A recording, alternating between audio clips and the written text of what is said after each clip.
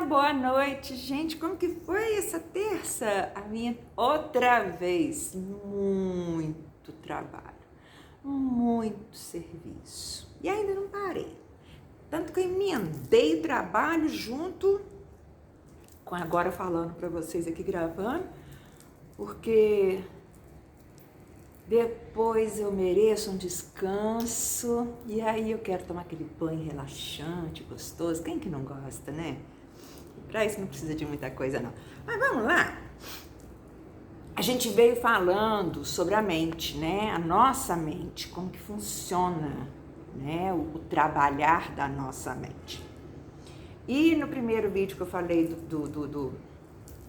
sobre a mente, eu contei para vocês o caso, né, do Steve Hassan, que ele entrou para uma seita, ele foi manipulado sem nem perceber, e quando ele só foi perceber já no hospital, porque ele sofreu um acidente, os pais, para tirar ele daquilo, pegaram um ex, que era um ex-membro daquela igreja, e que esse ex foi conversando com ele e mostrando, clareando, colocando as situações para ele de uma forma que ele conseguiu visualizar o que foi feito com ele. E assim ele conseguiu se libertar e depois ele começou, inclusive, a se tornar uma pessoa que dava palestras até para poder alertar sobre esse perigo, porque é um perigo. Aí você fala comigo assim, Raquel, onde que está o perigo nisso? O perigo está em você comprar uma ideia que não é sua. Você compra uma ideia que não é sua, você compra uma experiência que não é sua. Olha só, você acredita numa verdade que é de uma outra pessoa, que ela embute em você e você ainda sai fazendo propaganda dessa verdade e você passa a acreditar tanto nela que você acaba achando que ela é a única solução, o único meio de você ser feliz e de você se realizar. Entendeu? E aí, então, eu venho falar agora nesse vídeo sobre a questão dos truques. Lembra no primeiro vídeo, se você for lá no primeiro vídeo sobre o assunto da mente, né, que eu tô trabalhando, que é o terceiro vídeo, né, esse, eu falo que existem técnicas, truques, né, e tem. Tem. E vamos neles, vamos agora pensar quais são esses truques que são usados, né. Primeiro, induzir a sensação de pertencimento. Que isso, Raquel? Como assim? Sim. Tipo assim, se você seguir o que eu estou falando, você vai fazer parte dessa comunidade, desse grupo. Você vai ser membro da nossa família. Então, você que estava se sentindo zelinho à esquerda, porque nós já vimos como que a sua energia tá, né? Como é que você está emocionalmente falando, né? Quando você é fisgado por uma situação dessa. Então, vamos lá. Se você tá uma pessoa fragilizada, se sentindo uma pessoa excluída, que de repente, eu já falei também que são vários os motivos que causam esse estresse na gente, né? Essa sensação de derrota. Então, de repente, pode ser que em relação a um relacionamento, né, amoroso, vamos pegar esse. Por exemplo, relação amorosa.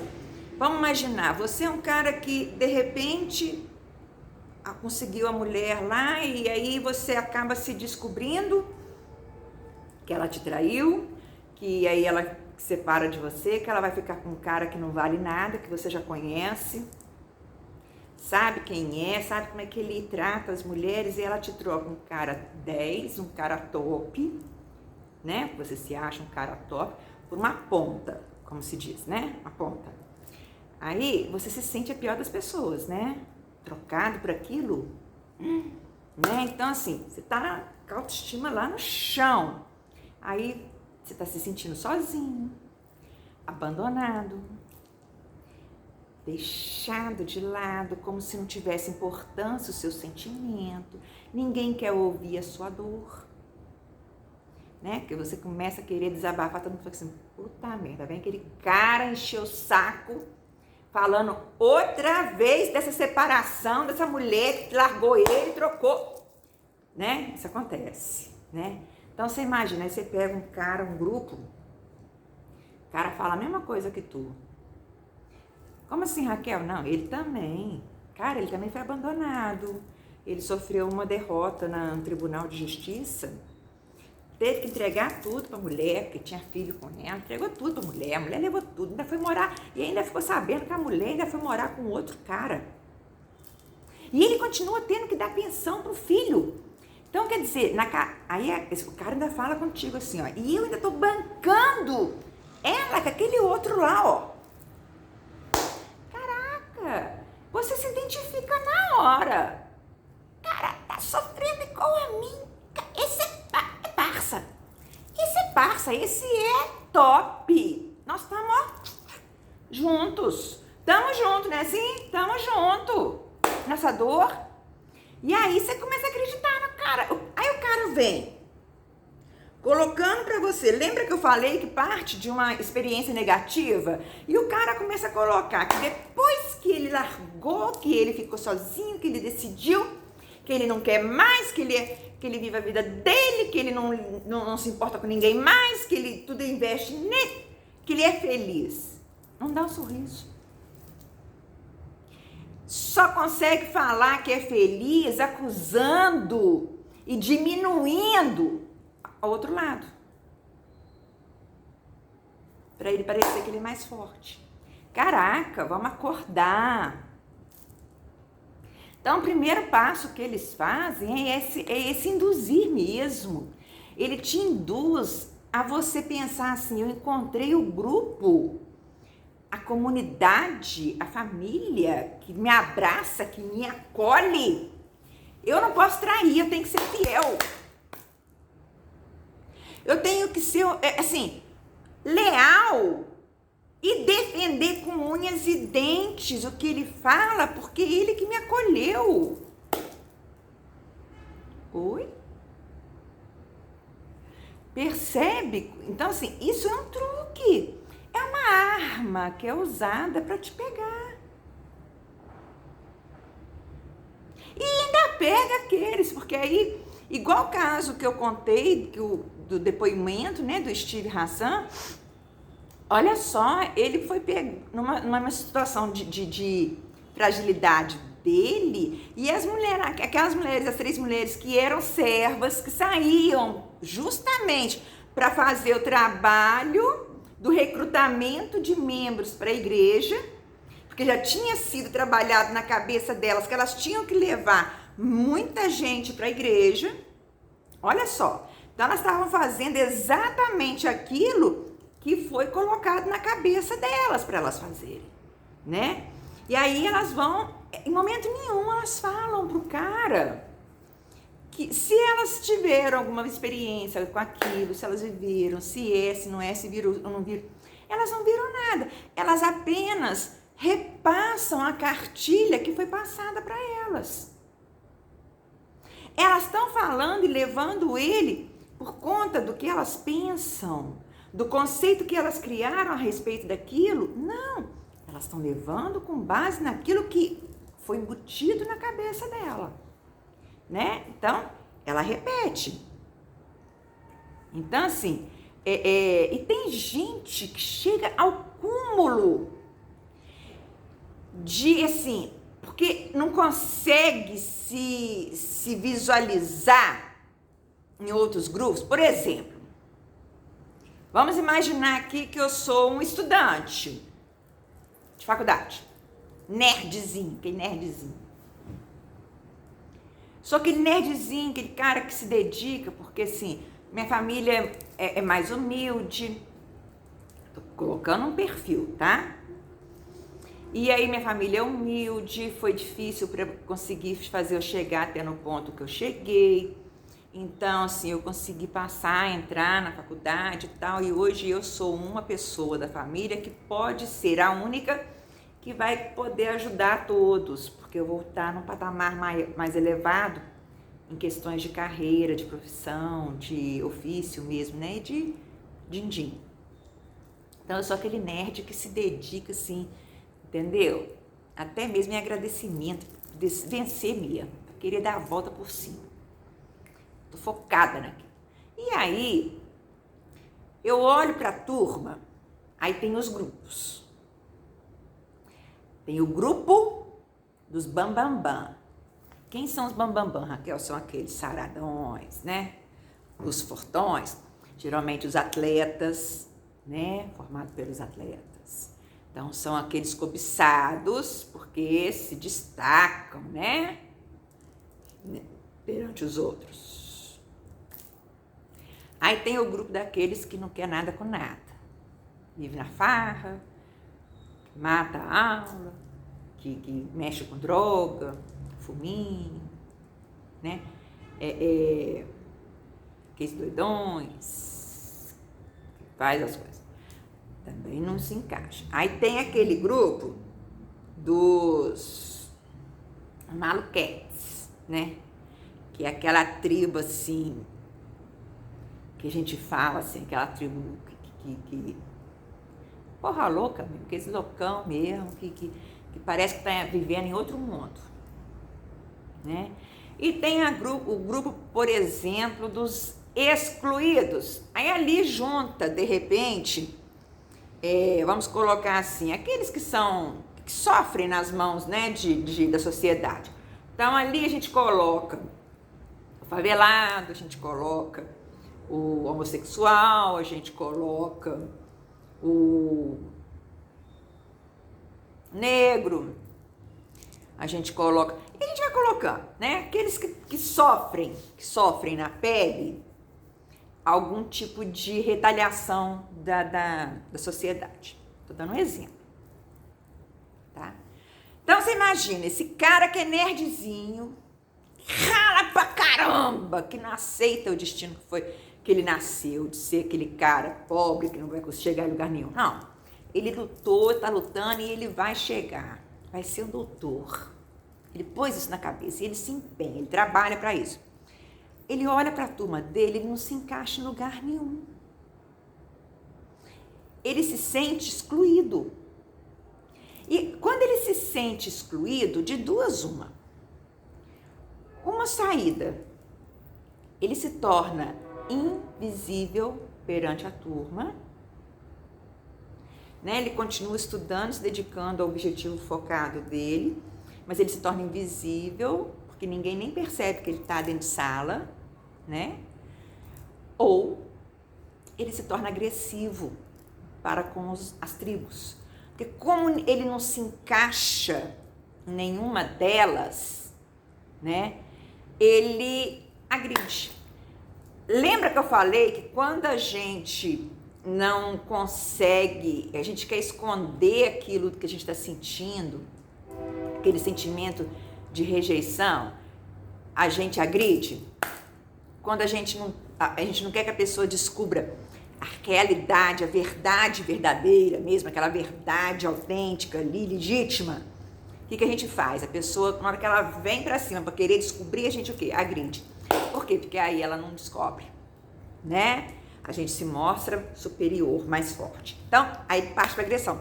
Essa é outra sugestão, é outro jeito que a pessoa tem de reação. Percebe?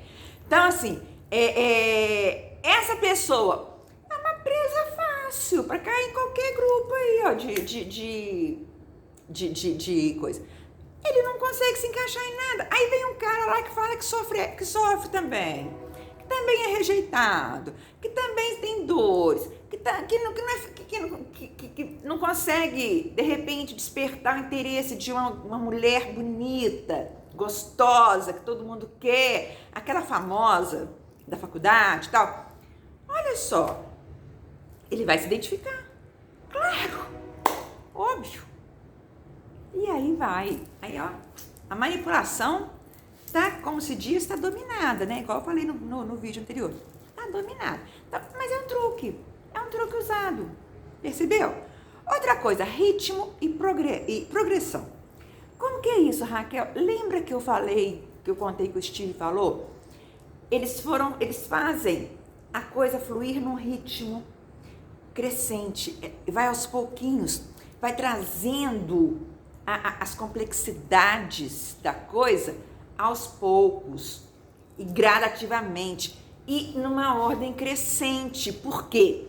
Porque aí você vai se diminuindo cada vez mais e a pessoa que é dominadora, ela cresce no seu conceito cada vez mais. E aí com isso, é aquela coisa assim, ó, é isso aqui, ó. Enquanto você está diminuindo, o outro está crescendo. Aí você que está diminuindo, você pensa o quê? Eu preciso desse aqui, ó. Que agora aqui, ó, qualquer um me atinge. Então eu preciso me fortalecer com esse aqui. Então você se agarra a ele. É sua tábua de salvação. Ele é o máximo. Ele é o que sabe tudo. Ninguém sabe mais que ele. Ou seja, todo mundo, ninguém sabe nada. Somente ele sabe tudo. Né? E aí aquela coisa que eu falo da reeducação do pensamento. Né? E aí você vai, você se afunda mesmo no que a pessoa está falando. Você acredita naquilo, que é a mente. Né? Então, assim, ela vai passando, como ela faz essa coisa em ordem crescente, assim, ela começa de uma informação pequenininha e ela vai, de repente, usando palavras mais elaboradas, ela vai dificultando o grau da fala, para que você vá achando assim, pô, o cara é, ó, top, sabe tudo. Ainda dá fundamento ainda, ainda pega fundamentação ainda. Isso aqui tá nisso aqui. É tudo para quê? Para você achar que aquilo ali é verídico, é real, que ele entende da coisa. Gente, qualquer um pode pegar qualquer coisa e falar, e ler, e interpretar aquilo ali à sua maneira. Agora, tá certa a maneira que tá interpretando? Não. É um monte de abobrinha. Besterol em cima de besterol. Isso acontece muito, desculpa falar, mas na minha área de direito. O que tem de advogado leigo por aí, que se acha dono da verdade, que sai falando as coisas e que não sabe nem onde está se passando na legislação, nem entende por que ela existe. Caraca, tá assim, ó. E o pior é que tem gente que chega perto. Eu tenho cliente, eu tive uma pessoa que veio me consultar. Olha bem, teve uma pessoa que veio me consultar que ela falou comigo assim: Raquel, eu preciso que você faça isso para mim, porque eu tive conversando com uma amiga e essa amiga me falou que pode fazer assim.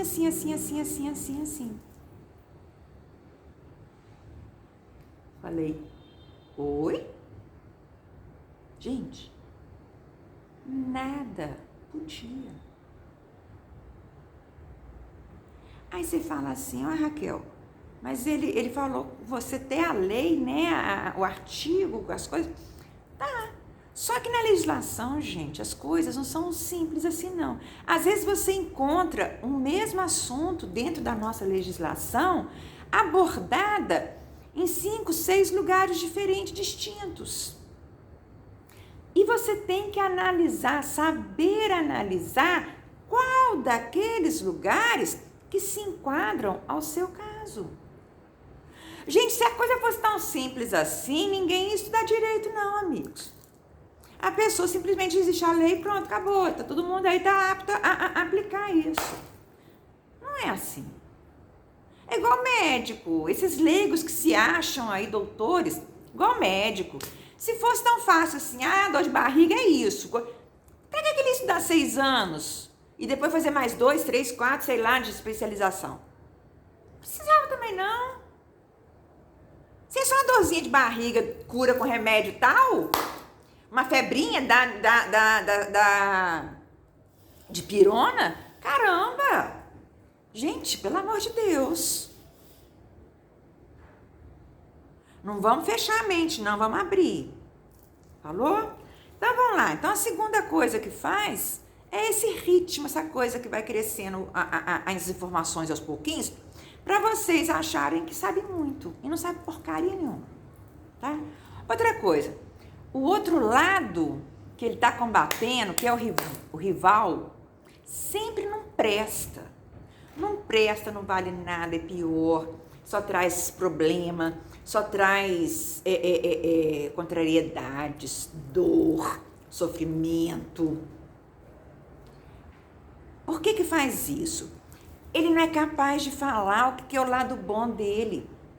Ele não tem como provar para ninguém o que ele ganhou com aquele lado bom dele. Então, como que ele faz para ele poder conseguir gente, para poder seguir ele? Vamos meter pau no outro. Então, o outro eu provo que é ruim. É aquela coisa assim, olha, você senta, faz o teste. Senta com 10 pessoas, amigos. Se nem de 10, 3, 1. Já um amigo seu. Senta com ele. Fala com ele assim, aqui, ó. Toma aqui uma folha em branco e eu tenho uma folha em branco. De um lado da folha, nós vamos colocar um em relação ao outro, as qualidades. Do outro lado da folha, nós vamos colocar um do outro os defeitos. Mas nós vamos ficar longe. Cada um vai ficar num lugar. Eu não vou ver sua folha antes, nem você vai ver minha folha antes. Tá? Imaginamos, vai cada um para um cômodo com essa folha. E aí você vai escrever sobre o seu amigo e seu amigo vai escrever sobre você. Eu aposto, quando você quiser, em todas as duas folhas, o lado dos defeitos de todas as duas folhas está lotada. O lado de qualidade das coisas boas, vazio. Pouquinho. Para não falar que não tem nada, põe um pouquinho lá. Para poder tentar agradar, né, o outro, né? Para só meter pau também não dá, né? Por quê? Porque é mais fácil a gente falar mal do que elogiar. É mais fácil criticar, jogar pedra, do que defender. Né? Então, assim, pensa um pouquinho nisso. E para isso, se coloca no lugar do outro. Pensa. O que o outro pensa de você? Né? Merchandise. Nossa, cara, propaganda. Isso é boca a boca. Tipo assim, acompanha fulana lá, você consulta lá, que aquilo lá é bom, aquilo lá sabe, ele entende, ele é bom, ele sabe. São verdadeiros doutrinadores. E quem que faz a propaganda? Igual o caso que o Steve Hassan contou. O cara preparou as 3 para as 3 abordar ele. Né? Então, assim, isso é merchandising. Quem estava fazendo a propaganda da igreja, da unificação, era o Moon? Não. Ele já tinha as pessoas para fazer isso para ele. Ele não precisava de fazer isso mais, não. Ele só tinha que alimentar aquela crença daquela multidão que estava seguindo ele pelo mundo inteiro. Para que eles continuassem a propagar a crença dele, aquilo que ele pregava. E assim são com todos os influenciadores. Essa é a técnica que o influenciador faz. Inclusive influenciadores, coaches que tem nas redes sociais também. Essa é a metodologia que eles usam. Né? É aquela outra coisa.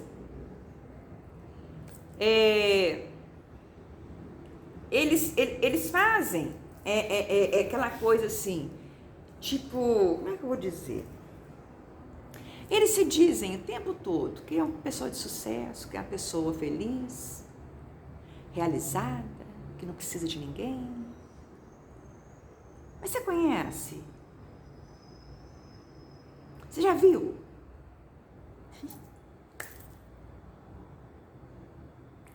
muito fácil falar. Dizem que a última pessoa a ficar sabendo é a pessoa que é traída, né? É igual casamento. Galera, torcedor do Flamengo inteira sabe. Galera toda sabe. A última pessoa que descobre que está sendo chifrada, traída, alguma coisa, é a própria pessoa. Aí depois ela vai conversar com as pessoas, né, com os amigos, aí vai assim, cara, eu não te contei que assim, né, eu não sabia como é que ia ser sua reação, eu não quis me meter, né? Mas ninguém conta, né? Então a pessoa fica lá bancando a boba lá um tempão, né? Mas ninguém conta. Mas quem que é a última a saber? Exatamente a figura envolvida. E assim é em tudo na vida, né? E assim, a gente assume muitas vezes o que a pessoa fala, sem a gente saber nem a realidade dela, como é que é, nem conhece. Não sabe nada da vida da pessoa. E tá assumindo aquilo como sua verdade. Epa, né? Repetição e reprogramação. Como é que acontece, Raquel, essa repetição e reprogramação? Geralmente ele conta a história dele, né? Geralmente a pessoa que é assim, que quer te puxar para aderir à filosofia dela, a história dela, a verdade dela, o que ela faz? Ela te conta a história dela. Né? Eu sou aquela pessoa que sofre, que sofreu muito, cometi muitos erros, aí começa a contar os erros que cometeu na vida. E aí agora eu não vou cometer mais, porque eu não vou me relacionar mais, por exemplo, com ninguém. Caraca, o cara aprendeu alguma coisa com os erros dele? Não. Que isso, Raquel? Claro que não, hein? Se ele tivesse aprendido, ele não ia ter medo de se relacionar de novo, não, caramba. Ele já saberia, como se diz, estava vacinado já sabia como se defender daquele tipo. Simples. Então, ele aprendeu com os erros dele que ele cometeu? Não. Tem aprendizagem nenhuma. Porque a pessoa que aprende, ela sabe se defender. Então, naquele perfil, naquele problema, naquela coisa que causou sofrimento para ele cai novamente? Não. Ele sente o faro, como se diz, quilômetros. Pode vir a cometer outro tipo de erro, mas aquele, quando ele aprende, aquele não se repete. Agora, evitar? Não. Aprendeu nada. Né? Não teve aprendizagem. A aprendizagem quando você é capaz de viver outras experiências parecidas com aquelas, mas aqueles erros que você cometeu, você não comete mais. Você pode cometer outros erros, mas aquele erro você não comete mais. Né? Então, assim, e a pessoa começa a falar tanto, de tantas coisas, porque quando a gente erra, pensa uma coisa, ainda mais se tratando de pessoas e relacionamento, né? Quando a gente erra, a gente não comete um erro.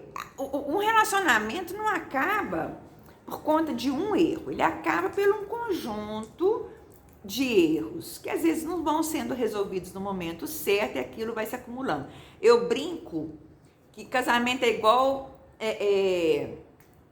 um copo d'água que você coloca embaixo de uma torneira que está pingando. Aí aquilo vai pingando toda hora. Cai uma gotinha dentro do copo. É aquela gota, a última gota que cai, que transborda. É ela que fez acabar aquela relação, transbordar aquele copo? Não. É o somatório de todas. Só que chegou num ponto em que aquele somatório transbordou, veio à tona, explode. A torre rui. Né? Então, assim,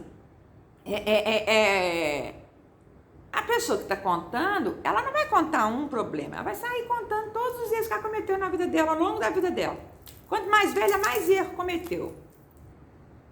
Tem um rosário para contar. Claro que você vai se encaixar em alguma coisa. Concorda? E aí, o próximo passo que ela faz, né? Primeiro ela se põe naquela posição defensiva, né? Da pobrezinha, da coitadinha, da sofredora.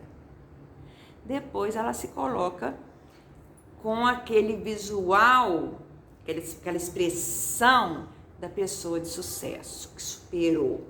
Superou o quê? Essa pessoa não tem coragem de encarar. Para mim, superar é eu encarar. Eu enfrentar aquilo que me causou dor, me causou algum problema. Então, eu enfrento para eu vencê-lo. Aí sim é a superação. Agora, fugir, para mim é covardia. Não é superação, é covardia, né? Então, vamos pensar nisso. E é aquela velha história que eles falam, né? Eu costumo brincar que eu tenho um provérbiozinho que a gente fala, que é assim, uma verdade contada mais de 1000 vezes, quer dizer, uma mentira contada mais de 1000 vezes, ela se torna uma verdade. Né? Por quê? Porque o cara fala tantas vezes a mesma coisa, aquilo vai se repassando, que chega um ponto que você acredita que aquilo é verdade mesmo. Né? Então, é por aí que funciona. Outra coisa, padrões morais. Aí, aqui é aquela pessoa que assim, né? Ai, meu Deus, o que vão falar de mim? Ai, meu Deus, o que vão achar da minha atitude? Ai, meu Deus, a pessoa está mais preocupada com que o outro vai pensar dele, vai falar dele, vai achar da atitude dele, da vida dele, o conceito que vai ser formado da pessoa dele, do que ele com ele mesmo. Opa! Cadê, caramba? Cadê a sua superioridade em relação a você mesmo? Foda-se o que pensam de mim. Aí aqui também tem ditado também, né? Já que a gente tá dando ditadinho, vamos dar ditadinho. Também tem. Fala de mim. Aliás, tem 2, né? Falem mal de mim, mas falem de mim, né? Assim. Por que você tá falando isso? Porque quanto mais falarem de mim, mais eu cresço perante as pessoas. Mais importância, mais valor eu vou ter. Mais pessoas vão querer me ver, querer me conhecer, querer me seguir. Por quê? Porque vai achar o quê? Ah, caramba, se o cara tá incomodando tanto assim, porque o cara é fodão. É o ditado. Falem mal de mim, mas falem de mim. Quer dizer, não me deixem cair no esquecimento. A vibe é mais ou menos essa. Percebeu? E outra coisa, tem outro ditadinho também, né? Tem aquele assim, ó, pra tu falar de mim, pague minhas contas. O dia que você pagar minhas contas, você pode mandar em mim. Você pode determinar o que é certo ou errado pra mim. Né? Tem gente que fala isso. Caraca! Aí você tá dando o mesmo valor que o outro tá dando pra você tá dando pra ele, pra esses padrões morais. Se diz tão desligado, tão assim, que não tá nem aí, cara. Tá te incomodando, você tá reagindo a esse incômodo. Se aquilo que a pessoa fala de você, julga você, ou pronuncia, ou te malha, ou te recrimina, critica, se isso tudo tá te atingindo, então se tá te atingindo, é claro que você vai responder. Ninguém apanha calado. Agora, se você se sente superior àquilo tudo que estão falando de você, pô, o cara pode falar o que quiser. É aquela historinha, né, que vem de baixo não me atinge. Tá nem aí, foda-se, ó. Tchau. Né? Ó, você fala pra mim é insignificante. Faz diferença. Então, assim, esses padrões, é vencer esses padrões morais, né? E aí, os pré-julgamentos. Nossa, pensa. Aí, nesse pré-julgamento, eu dei uma viajada. Aí você fala assim, viajada, Raquel? É. A gente fala muito do outro, né? É aquela velha história também, tem ditadinho, né? Quando você aponta um dedo pro outro, ó, tem 3 apontados para você. Não é assim? Então, a gente não deve apontar e julgar ninguém. Não criar pré-julgamentos. Aí, o que a Raquel aqui viajou? Pensei assim, gente, muito fácil julgar as pessoas, né? Julga o negro porque ele é negro, né? Quando o negro fala da vida, daquilo que ele sofre de retaliações, aí tem gente que julga, né? Porque ele é negro. O homossexual julga porque ele é homossexual, né? Então vamos julgar, né? Vamos condenar. Aliás, a gente nem julga, né? A gente já dá sentença, já condena a pessoa. Não tem julgamento, porque não tem defesa, não tem a ampla defesa e nem o direito ao contraditório. O que ele falou, ele está falado, acabou, ponto. Verdade única, exclusiva. Então não tem pré-julgamento, tem sentença. Pá! Sem direito a recurso. Aí vamos lá. Aí eu pensei assim, é muito fácil, né? As pessoas ir criando pré-julgamentos. Porque assim, a gente só é capaz realmente na nossa vida de criar um conceito sobre alguma coisa daquilo que a gente vive. Aquilo que a gente sente na pele. Né? E aí, eu pensei em uma coisa, falei assim, será que se tivesse uma máquina do tempo, né?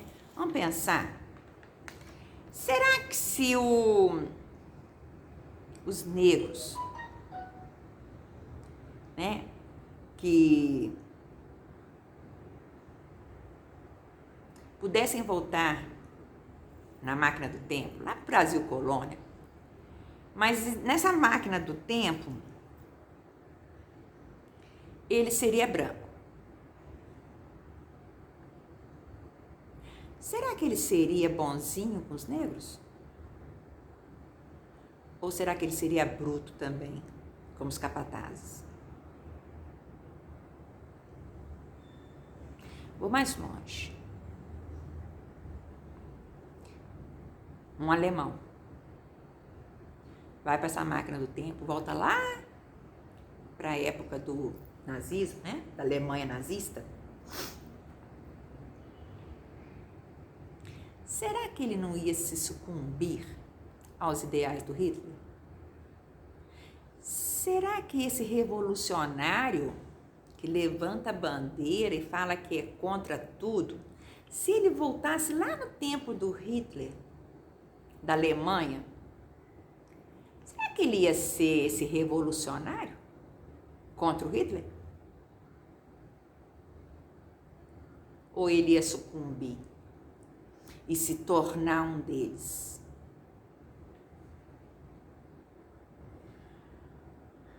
A gente julga as pessoas e julga as coisas, os fatos, de acordo com o que nós aprendemos, com aquilo que nós vivemos na nossa infância, desde a infância, desde pequenininho.